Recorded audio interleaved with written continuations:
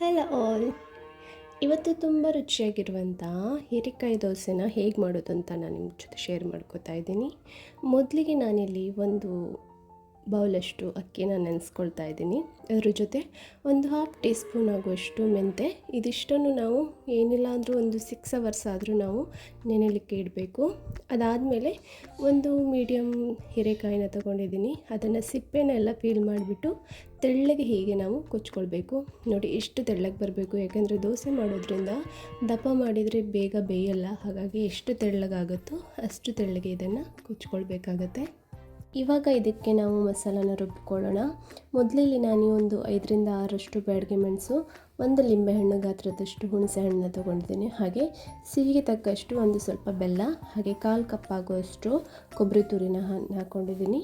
ಹಾಗೆ ನೆನೆಸಿರುವಂಥ ಅಕ್ಕಿ ಏನಿದೆ ಅದನ್ನು ಚೆನ್ನಾಗಿ ತೊಳೆದ್ಬಿಟ್ಟು ಹಾಕ್ಕೊಂಡು ಸ್ವಲ್ಪ ನೀರನ್ನ ಸೇರಿಸಿ, ಹಾಗೆ ಒಂದು 1/4 ಟೀ ಸ್ಪೂನ್ ಆಗುವಷ್ಟು ಜೀರಿಗೆನ ಸೇರಿಸ್ಕೊಂಡು ಇದನ್ನು ನುಣ್ಣಗೆ ರುಬ್ಕೋತಾ ಇದ್ದೀನಿ.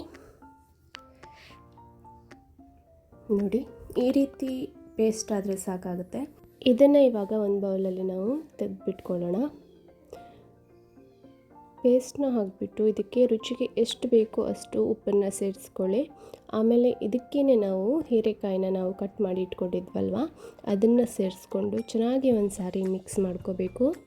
ಹೀರೆಕಾಯಿನ ಸೇರಿಸಿದ ಮೇಲೆ ಒಂದು 5 ನಿಮಿಷನಾದರೂ ಹೀರೆಕಾಯಿನ ಪೇಸ್ಟ್ ಜೊತೆ ನೆನೆಸಿ ಇಟ್ಬಿಡಬೇಕು. ಈ ಟೈಮಲ್ಲಿ ಉಪ್ಪನ್ನ ಕಡಿಮೆ ಇದ್ದರೆ ಸೇರಿಸ್ಕೊಳ್ಳಿ, ನಿಮಗೆ ಬೆಲ್ಲ ಏನಾದರೂ ಜಾಸ್ತಿ ಬೇಕು ಅಂದರೆ ಸೇರಿಸ್ಕೋಬೋದು.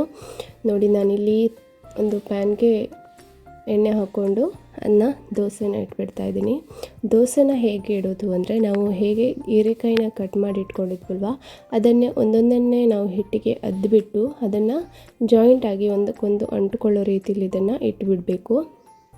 ಲೋ ಫ್ಲೇಮಲ್ಲಿ ಇದನ್ನು ಬೇಯಿಸ್ಕೊಳ್ಳಿ, ಯಾಕಂದರೆ ಹೀರೆಕಾಯಿ ಬೇಯೋದಕ್ಕೆ ಸ್ವಲ್ಪ ಟೈಮ್ ತೊಗೊಳುತ್ತೆ. ಹಾಗಾಗಿ ಸ್ವಲ್ಪ ತೆಳ್ಳಗೆ ಕುಚ್ಕೊಂಡು ಲೋ ಫ್ಲೇಮಲ್ಲಿ ಇದನ್ನು ಬೇಯಿಸ್ಕೊಳ್ಬೇಕು. ಹಾಗೆ ಇದು ತುಂಬ ಅಂದರೆ ತುಂಬ ರುಚಿಯಾಗಿರುವಂಥ ದೋಸೆ, ಪಟ್ಟಂತ ಆಗಿಬಿಡುತ್ತೆ. ಮಕ್ಕಳಿಗೂ ಕೂಡ ತುಂಬ ಇಷ್ಟ ಆಗುತ್ತೆ. ಒಂದು ಸಾರಿ ಮನೇಲಿ ಟ್ರೈ ಮಾಡಿ ನೋಡಿ. ಇವಾಗ ಇನ್ನೊಂದು ಸೈಡ್ ಕೂಡ ಹಾಗೆಯೇ ನಾವು ಲೋ ಫ್ಲೇಮಲ್ಲೇ ಬೇಯಿಸ್ಕೊಳ್ಬೇಕು. ಇದನ್ನು ತುಪ್ಪದ ಜೊತೆ ತಿಂದ್ರಂತೂ ತುಂಬ ಅಂದರೆ ತುಂಬಾ ರುಚಿಯಾಗಿರುತ್ತೆ. ನೋಡ್ತಾ ಇದ್ದೀರಲ್ವ ಎಷ್ಟು ಚೆನ್ನಾಗಿ ಕಾಣಿಸ್ತಾ ಇದೆ ಅಂತ.